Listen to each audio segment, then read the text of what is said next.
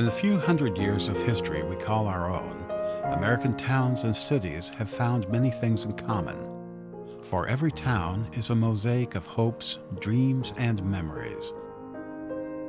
One such town is Galesburg, Illinois. As we look back on our history, each of us wonders, where is my Galesburg? The one I remember.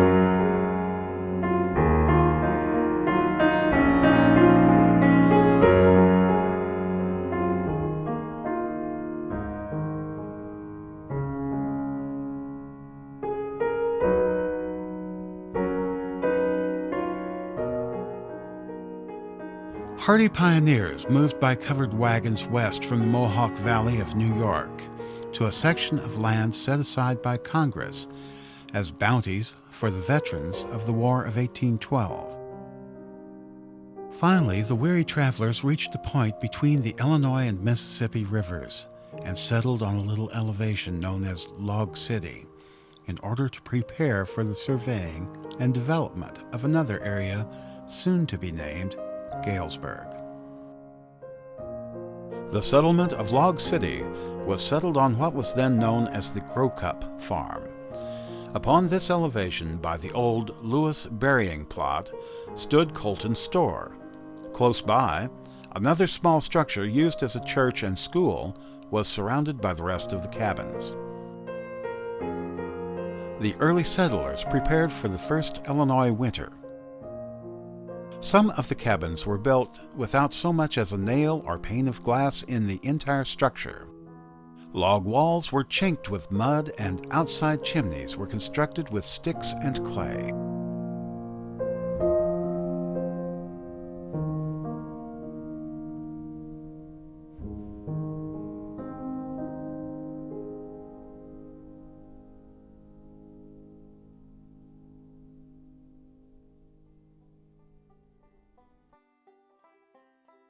The log cabin of Hugh Conger had the distinction of having been the first meeting house of the colony. The Conger cabin had a bit more room to accommodate his large family of 7 children. Colton's store was said to have been an 8-foot by 10-foot building with a varied assortment of goods, displayed in the small space set up like a miniature department store. Martha Farnham Webster.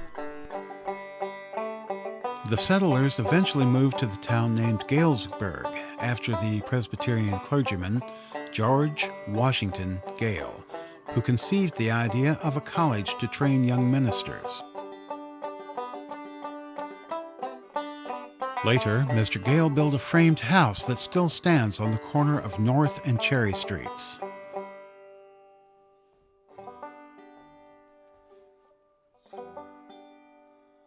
Chauncey Sill Colton, a non-church member, soon expanded his Log City store by building with his own hands the first store in Galesburg, located on the northwest corner of the public square. Parts of Colton's early original store on the square were moved and encompassed into other structures in Galesburg. Buildings did not come easy on the Illinois prairie. Colton later had a 3-story structure built in the same location. It survived until the late 1960s.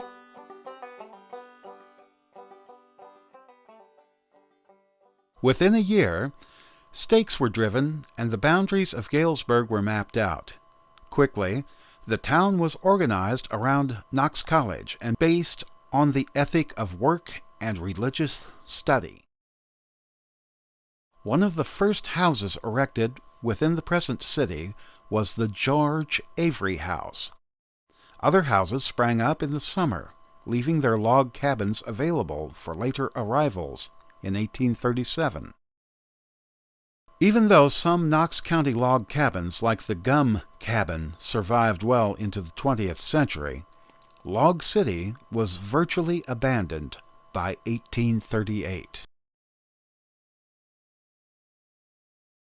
Today, most of those people that gave Galesburg its street names can be found in Galesburg's little cemetery, named Hope.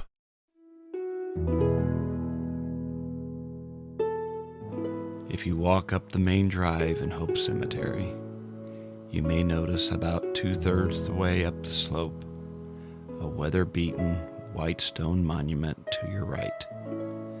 Underneath the name is the inscription in Latin, almost worn away by wind and rain. If you seek this monument, look around you. George Washington Gale IV.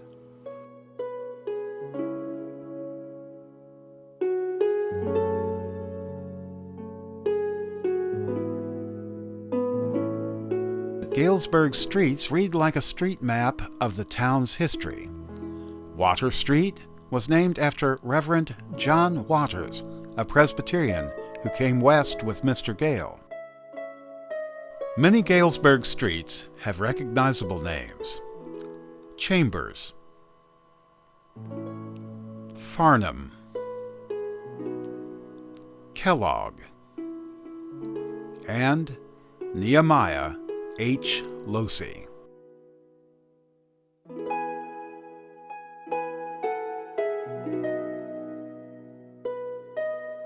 The first additions to Galesburg bear the names of railroad men. Berrien, chief engineer of Galesburg's new railroad. Brooks, president of that new railroad. And Knox, who supported Galesburg's railroad efforts.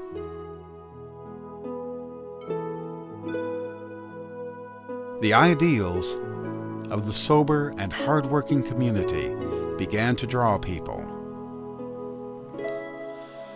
The plan was to erect the main college building at the foot of Broad Street.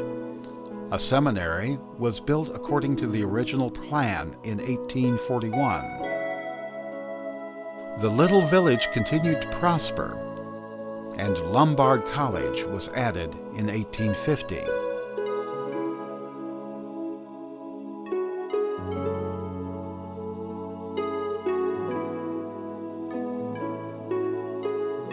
The inhabitants of Galesburg were forced to deal with the daily chores of life and living in those earlier times. This proved an all-consuming effort to survive. The soil that yielded magnificent corn crops also made it difficult to move the crops to market. Rain and black soil combined to produce a thick, sticky mud. The need for paving of streets was felt in Galesburg. Hidden in a thicket of trees lie the ruins of the Purington brickyard of East Galesburg. Galesburg found a perfect match between product and need. The first pavement was laid on Main Street between Seminary and Kellogg in 1884. It consisted of a 2-course brick pavement laid on a 3-inch sand base. Year after year, the city paved its streets and sidewalks with the superior brick from East Galesburg. Today, the city of brick streets hardly exists. On South Seminary Street, we find that a little bit of the old street still survives.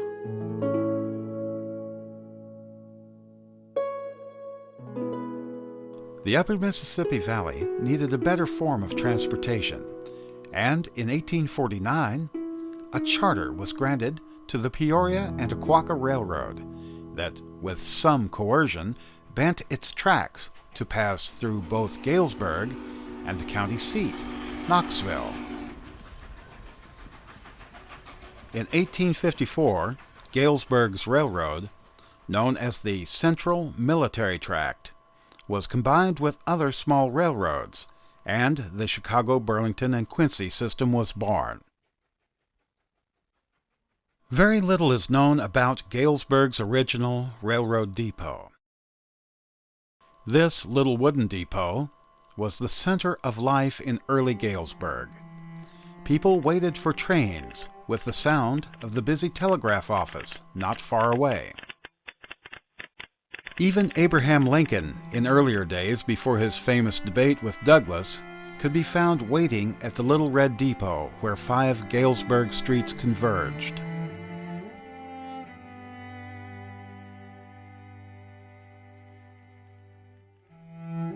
In 1858, a train arrived carrying Stephen Douglas for a debate with Lincoln. Douglas walked across Depot Street and stopped at the Bancroft House Hotel, located at the intersection of streets known as 5 Points. This was where Galesburg experienced the brutal CB&Q railroad strike of 1888.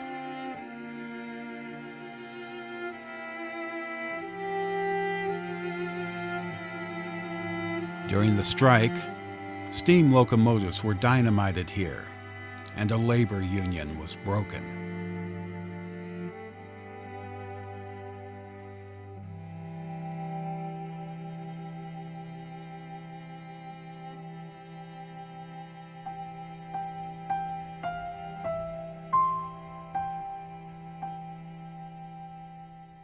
Depot Street and Warehouse Street provided a backdrop for 5 Points.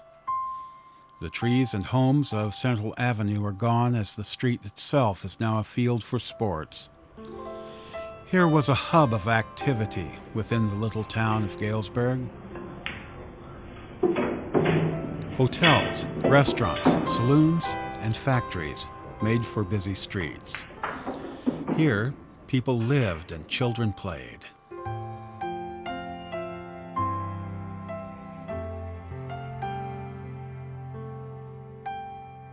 When the CB&Q Railroad built a grand brick depot further north in 1884, the lights began to dim for 5 Points. The Points began a long, slow decline, covered in soot and ash from the railroad yards.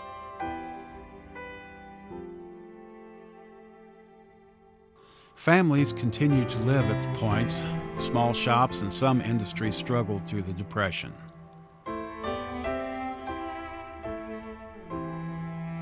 Not much is left at Galesburg's infamous intersection of streets known as the Points.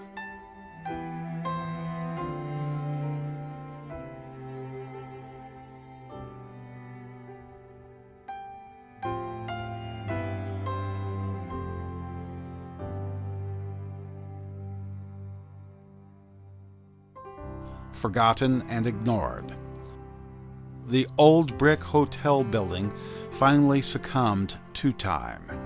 This was the last major building of 5 Points to disappear.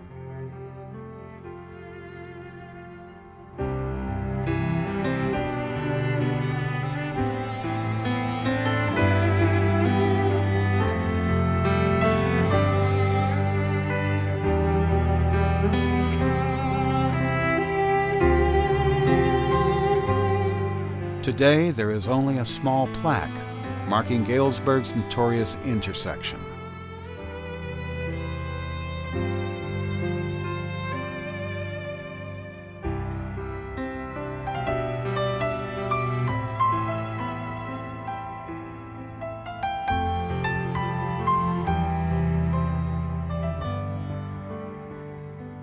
A fellow that did more or less plastering of ceilings and walls and all that without a ladder. And he became known for that, and he was quite popular. Many people hired him because it was less expensive than to have someone come in with ladders. Sit in a windowsill, and when someone would call him for a job or something, he'd walk Walker take his bicycle and drive out to wherever they wanted to talk about and whatever they wanted to do as far as wallpapering and ceilings and so forth. So he was known for what they call highboy. He would sit in his favorite spot in the window on South Cherry there, just about the middle of the block. They had a tavern, and he'd sit there in the upstairs window and talk to different people who were down on the sidewalk. So he became a favorite subject. Most ceilings were 8 foot, and he could reach the ceiling almost by standing on the floor or on the ground. And that's one reason why they call him highboy.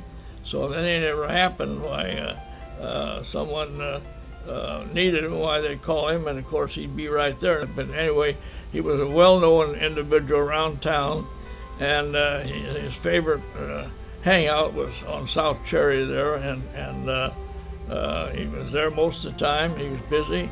He was a friend to everybody. The prosperity brought forth an activity that could never have been imagined. The little hamlet grew stronger on the Illinois prairie.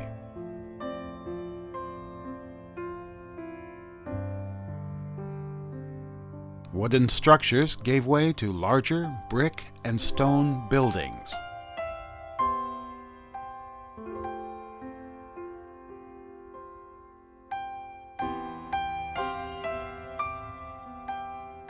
Humble church buildings saw their congregations expand, as did the need and ability to erect greater houses of worship.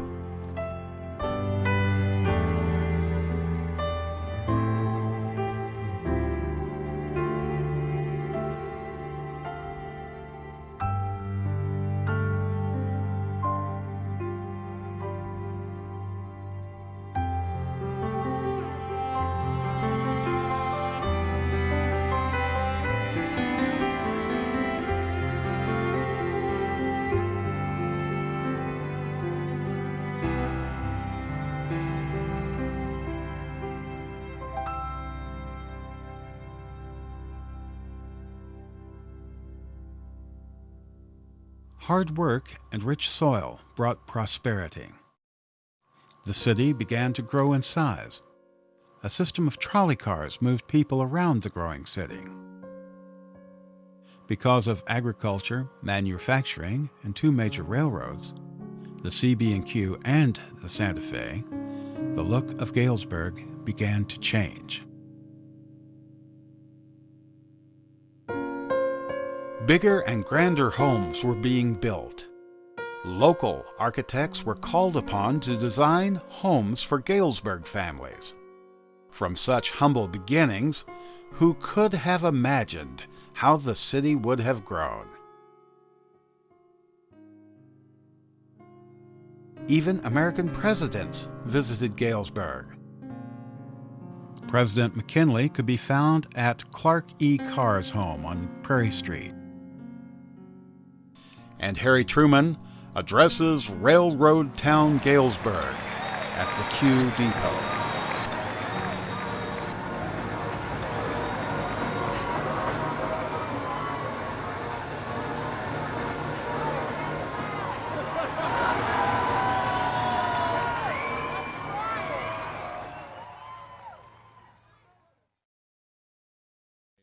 My dad was a conductor on the CB&Q Railroad, and his way car was 13797.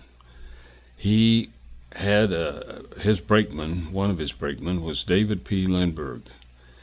Dave decided he wanted to run for mayor of Galesburg, and the campaign went like most campaigns go, until someone gave a speech, and in that speech they said, "We don't want a boxcar riding mayor." That was a wrong thing to say in a railroad town, and consequently my dad had me out passing out literature, and the whole town was working for Dave Lindbergh, and he was unanimously elected as the mayor.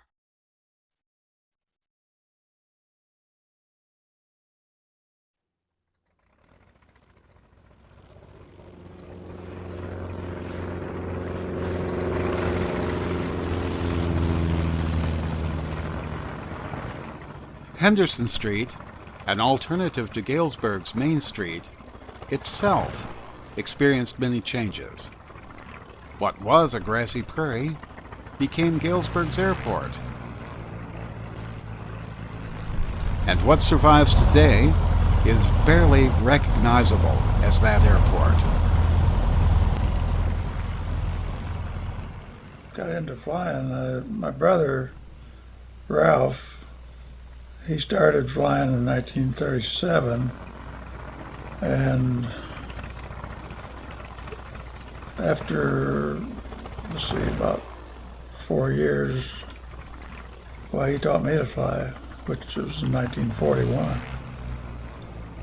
In between, there was a lot of riding, and I think I soloed in July 41. And when I went to work at the airport, I was still going to school. So I was kind of what they call a hangar brat those days. Do all the dirty work, like gassing airplanes and changing oil and anything that was nobody else wanted to do. So that was the way I started over there. That went on for a year or so until they finally let me work in the shop. And after, by 1943, I got my mechanic's license, or I got the engine mechanic's license. And so then I was a mechanic officially. Airport was, boundaries were, on the south was Fremont Street, on the east was Henderson. Well, sparse is the word for it, I guess. On Henderson, right across from the airport, there was some houses that had been there for, probably late 20s, early 30s. But there was probably half a dozen there. Go across Henderson Street with safety, you could walk across it. Like now, with the traffic, you better be careful, but there's no comparison. It was brick. It was all brick. Not nearly as wide. One crew in a B-25 landed there one night. I think they were lost or something anyway. They ended up on the end of the runway with the tires blowing out. They were lucky. There was some damage to the airplane, so they sent a crew in here to patch it up, and they flew it out. But I'm sure they were shook up pretty good. No, I look at the hangar every time I go by there, I think, And I drive around on the west side where that shop was, and it still kind of looks the same around there. And brings back a lot of memories. A lot of memories.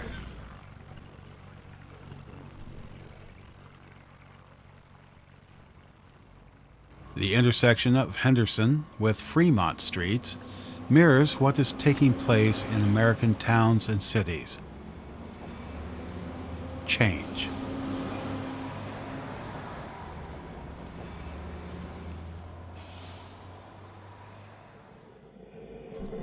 Galesburg was born with a hard work ethic, and for some, this bred a hard way of living. The notorious Boone's Alley, located downtown, had its share of turmoil. I remember Boone's Alley. It ran from the fire station that when our fire station was there over to Main Street, and it was it got kind of a bad reputation as time went on. There were taverns. Actually, the taverns were on Simmons Street, but they would go down the alley there. But Boone's Avenue was a place to stay away from, I suppose. In August of 1902, the first Galesburg police officer killed in the line of duty was shot at the Klondike Saloon.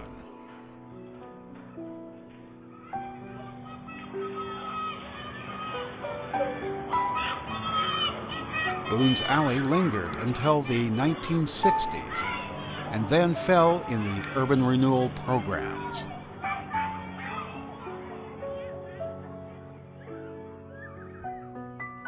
From small, dimly lit log cabins to large mansions, the city witnessed entire neighborhoods of genteel living develop.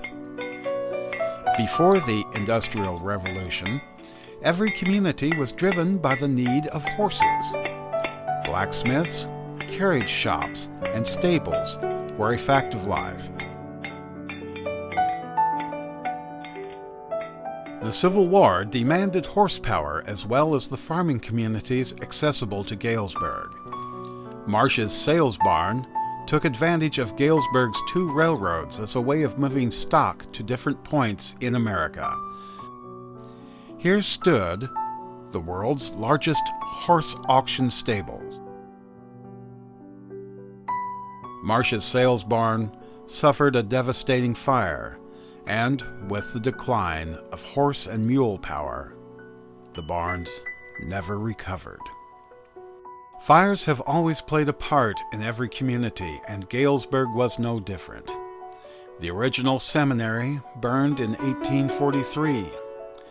Galesburg's first Catholic church, nearly completed, burned in 1858. Later, in 1886, Galesburg's Opera House burned on the village square. In 1904, fire destroyed Galesburg's high school, and fire also claimed the Q Depot in 1911. But nothing proved as tragic as the loss of Galesburg's public library. Knox Manual Labor College and later the Illinois Liberal Institute, now known as Lombard College, created and cultivated literary societies. The first public library was established in the Metropolitan Block. The public library continued to expand so that a new permanent building was considered.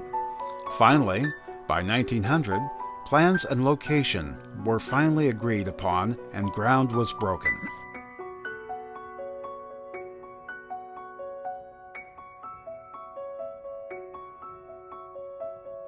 The Romanesque style of architecture was chosen for a simplicity of design. All brick was the best grade of Purington. The floor joists were all yellow pine, as all heavy beams and girders were steel.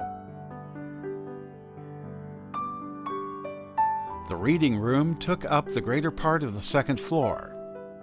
The ceiling was 21 feet high, supported by 4 heavy support columns with massive square bases formed with hand-matched gray Tennessee marble. On the south side of the room was a very large fireplace with the lower part of marble and the upper part made of hand-carved oak. From the ceiling of the second-floor reading room hung bronze chandeliers.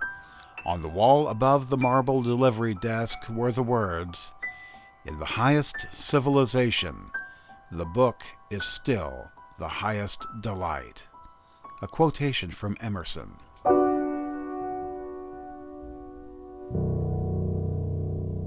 In 1958, a small attic fire reduced Galesburg's Carnegie Library to a shell. I had left the library that afternoon about 3:30, 4 o'clock. And we come back, and of course with the guides you hung around. I wasn't very old then at the time, and hung around, and people heard the fire engine go out. And the Brook Street was close to where I lived, and it went out, so we followed on our bicycle. We followed it uptown. We could see the flames.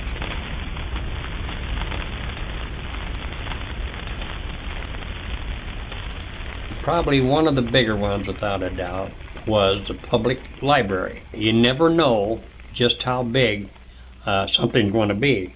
My shift was shift number 1 on duty, and the alarm came in. The person answered it and told us what it was, and we went directly about a block away at the most, and we were there right away. Didn't realize the city of Galesburg was having a water problem.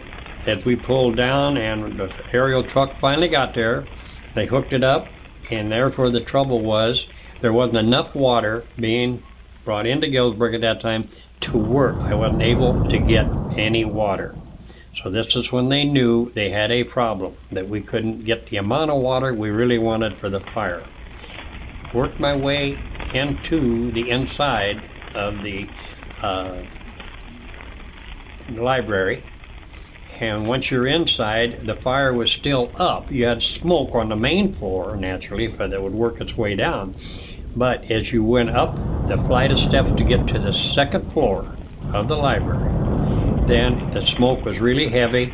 We kept working everything to the east end of the second floor and up toward the ceiling. And this is where everything was. We concentrated real heavy up there. As this all happened and everything, it kept getting bigger. And so the entire attic was more or less on fire. And so what happened then, the ceiling, second floor ceiling, started to come down. So 5 of us were up there.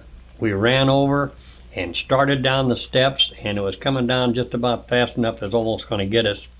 If you remember, there was a cartoon or a character or something called something, but he used to holler Shazam, and then he could really go. It was a character.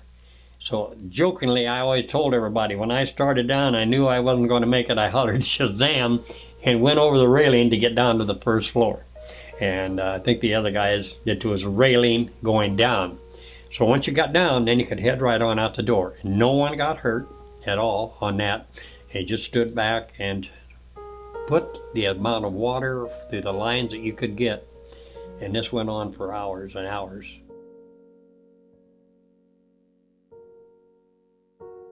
And it was a sad situation. Like we previously said, people were just dumbfounded. But it was a very gracious, large, competitive type building. I mean, it was not made just to be there, but it was made in an ornate fashion, with a lot of their carvings in the limestone and entryway and so forth that were done by hand. It was a shock, more or less, to see, just turn around, look and see behind you, see something like that being just consumed and nothing flat with fire.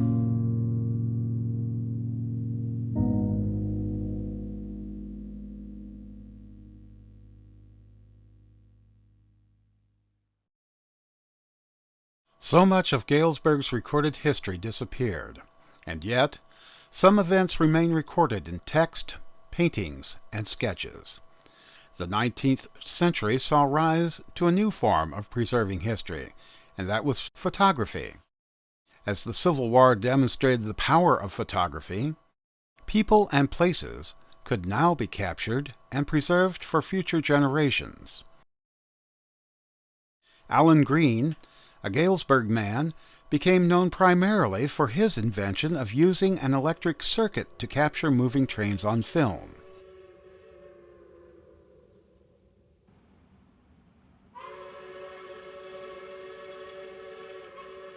Yet, there is one photographer whose name constantly stands out: Charles Osgood.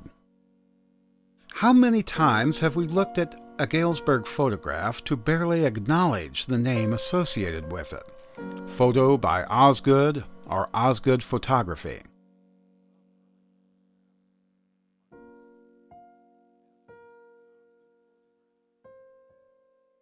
Osgood was born on April 7th, 1863 in Ontario Township, where he lived and operated a home studio. He moved to Victoria and later to Galesburg in 1893. The primary location of his camera shop was at 330 East Main Street. On rare occasions, the photographer documented himself in self-portraits. He was one that took most of the pictures in Galesburg. If it hadn't been for him and his interest, we had very little to show people if they wanted to see him. But he was very good. But he would sit on a little alcove here on Main Street, right just before you come to Seminary Street. There's windows protrude to where he would sit in the window and look up and down Main Street and take pictures of different things, different people, different occasions like church parades and so forth. He was right there. If he had a bad day, as you might say, in parentheses, why he didn't feel good, why he'd let you know, and you go home. Boy, sure nice day out there, Ozzy. And he'd say, what do you mean nice? And I don't say no more, because he wasn't in that kind of mood. But you had to know him. But he didn't care particularly about this or that. Why, he'd tell you. Charles Osgood died in 1951, and most of what we have today in early Galesburg photographs we owe to Mr. Osgood. They called him Ozzy because of the fact it was a short name for Mr. Osgood, and it was Mr. Osgood. And one time I was up there in the window on the second floor on Main Street, and he had his camera like this, just sitting up there taking shots down here and down there. And he'd shot a bunch of birds or pigeons, and he'd get different shots, hoping for that perfect shot. But anyway, when he would explain to you that he says he had no time to fool around. He said, I have a job to do, and he says, I waste a lot of film, but he says, the people in the future will see it. And he was so right. He was so right.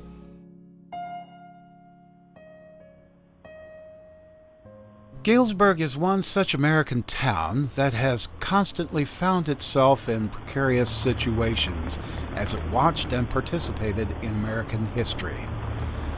Too big to be a small town, and too small to qualify as a large American city, Galesburg yielded to political and economic pressures that changed the look of this Midwestern town. As technology and industry developed, demands were placed on the town for space, and location became a premium.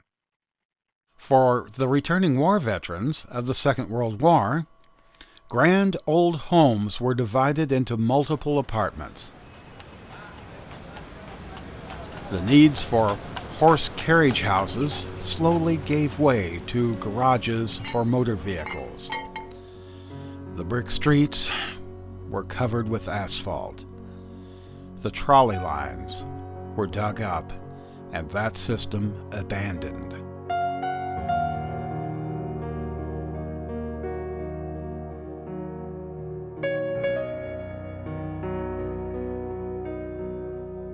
Many structures known to Galesburg are gone or remain unrecognizable. The Santa Fe Depot disappeared and was replaced with a metal prefab building, itself now a poor memory.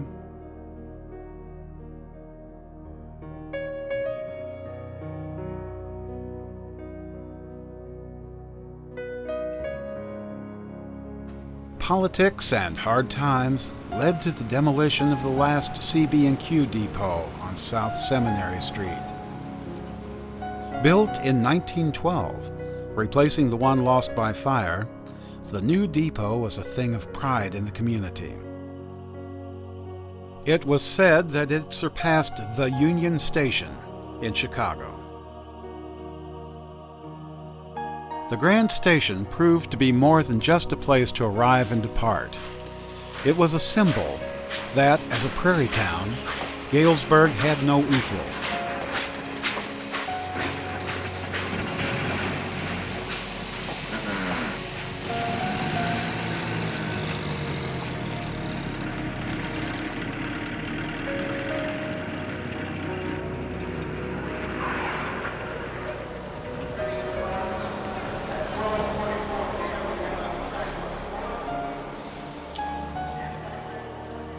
Galesburg experienced a city government that fostered an urban renewal program that slowly altered the landscape of the town.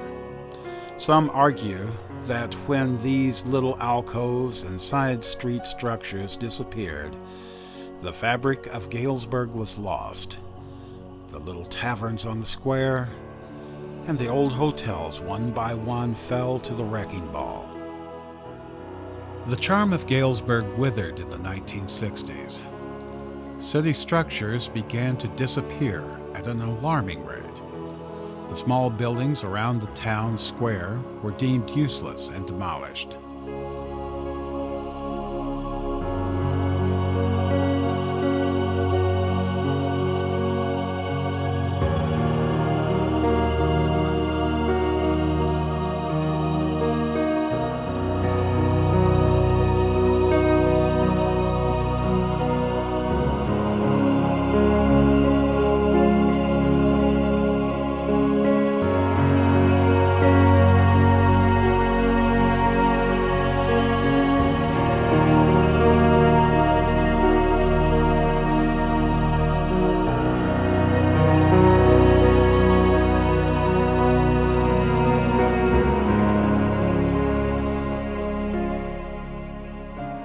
Great plans were projected for the now flattened lots of downtown Galesburg.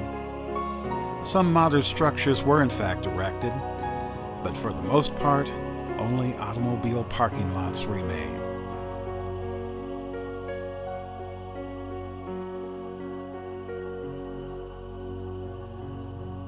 One is hard-pressed today to find the Galesburg of old. Does a town's history really ever disappear?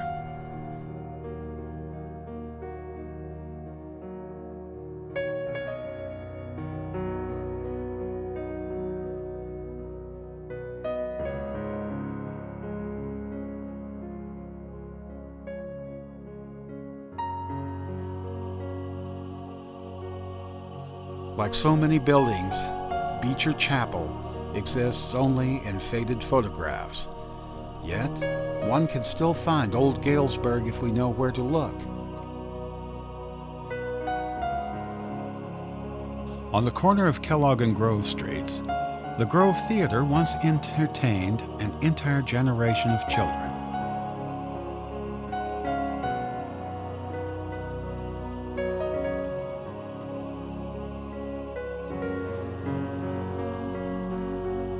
Some buildings and homes known in the past still survive today.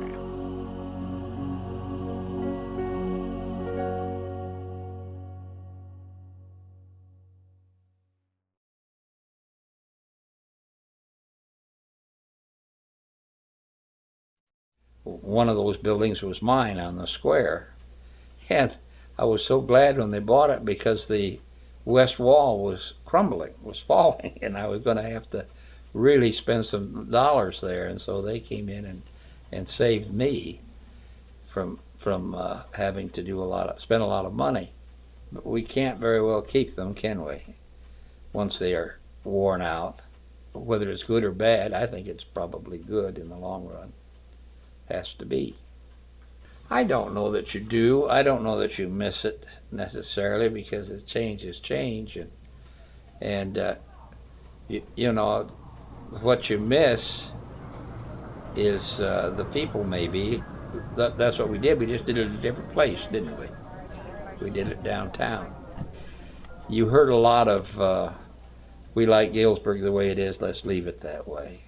And you'd hear a lot of that, and I don't know if that was all wrong or not, but I don't think you could stop it. It's going to change, is going to happen. It's just going to happen. And the whether it's good or bad, I think it's probably good in the long run. But I don't know that I'd want to go back to that. But it's fun to reminisce sometimes and think about it.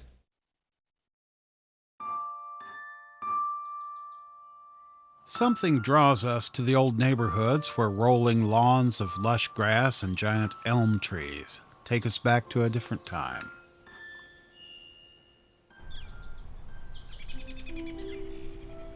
The old homes and gentle streets of today are the links to our past.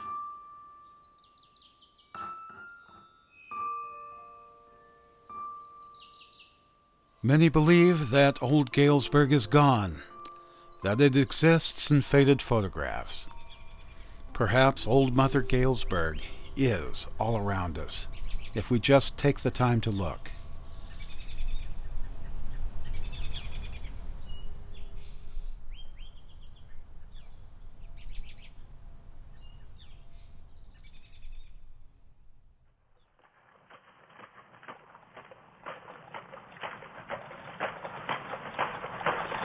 A town's main street was its lifeline through the prairie. Where else to hold parades or to window shop?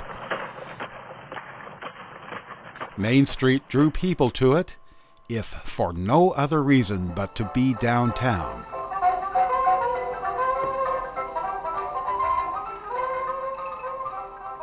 As a child in the 30s, I was born in 26, so I wasn't too old, but then my grandparents and my sister would go downtown and watch the folks parade up and down the street, and we really would laugh and get a kick out of seeing the people. But there were lots of people doing just that. And we usually parked right along where the Farmers and Mechanics Bank is now located. But we enjoyed that a lot.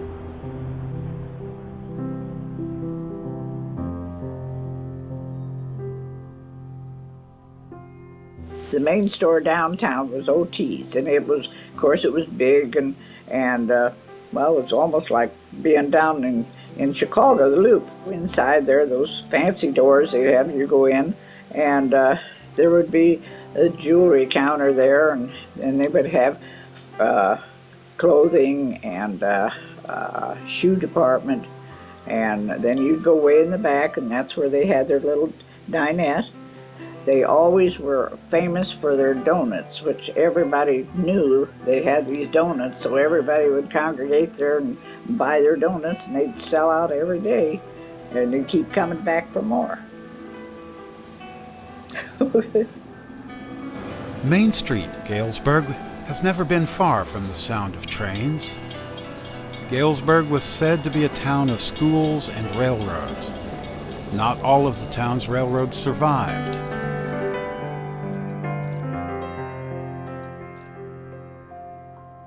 The Fulton County Narrow Gauge Railroad was built in the late 1870s, and all referred to this little railroad as the Paving. In late July 1882, the little homes on Day Street saw the first narrow gauge passenger train enter Galesburg from Lewiston.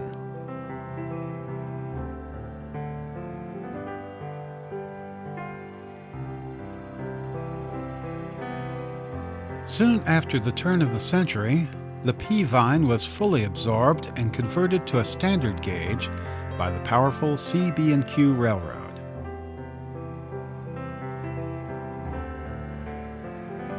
After the line was abandoned, the depot of the narrow gauge railroad was used as a storage shed. Then, like the other surrounding buildings, it just disappeared. Today, if one travels down 5th Street and stops where Pine Street ends, the last vestige of the Fulton County narrow gauge right-of-way can still be found.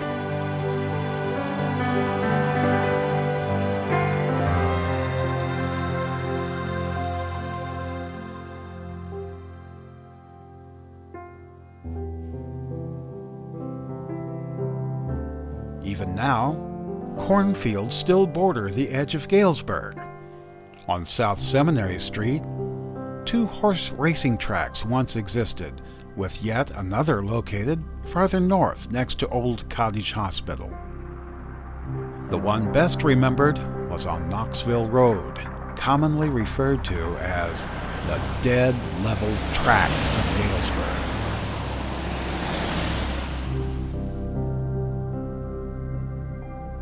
That track is now gone, replaced by small homes, of which themselves were built from the lumber taken from the viewing stands and stables.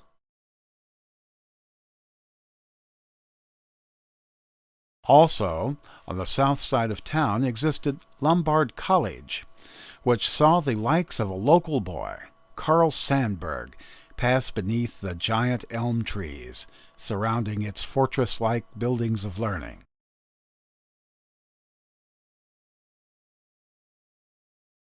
One of Lombard College's noted professors, Dr. Standish, left Galesburg a legacy in a city park that bears his name. Even though his home, once known to all in the burg, is gone, Standish Park still yields the fruit of his labor.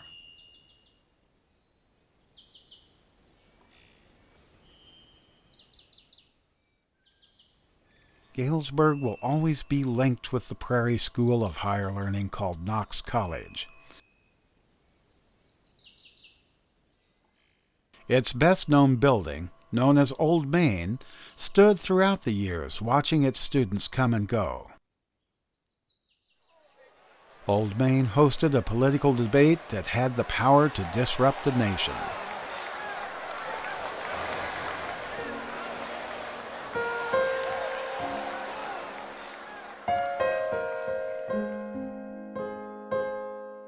When I was young and my dad moved us to 333 East 2nd Street, and you could look out the upstairs back window and see a little shack-like house that happened to be Carl Sandburg's birthplace, which no one thought of at that time. I'm a real fan of Carl Sandburg. His poetry is unique, and I even have a book here on the shelf of his poetry. Galesburg can really be proud of Carl Sandburg.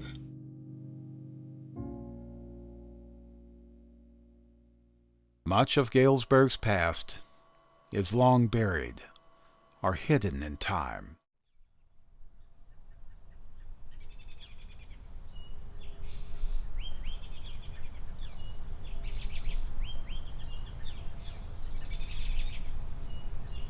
The Ferris home disappeared long ago, as did Henry Sanderson's home, where Abraham Lincoln was entertained in 1858.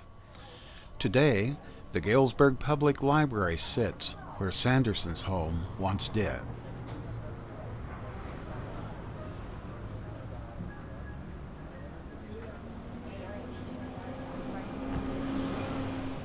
Many of the town's fine homes and buildings have succumbed to the wrecking ball.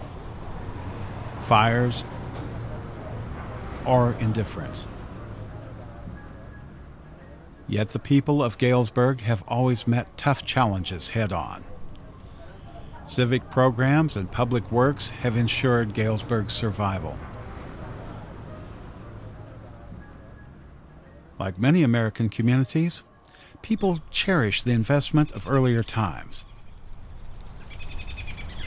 How do we make a connection to that which is ours?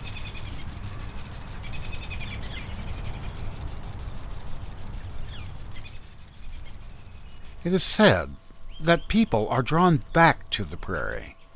There is something powerful in the black soil.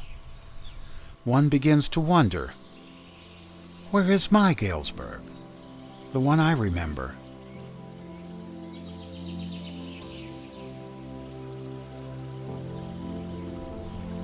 Galesburg is more than brick streets and old buildings. The true Galesburg resides in us and in our children. It is in our thoughts. It is in our memories. Galesburg, for many of us, is still here, if but just beyond the reach of our fingers.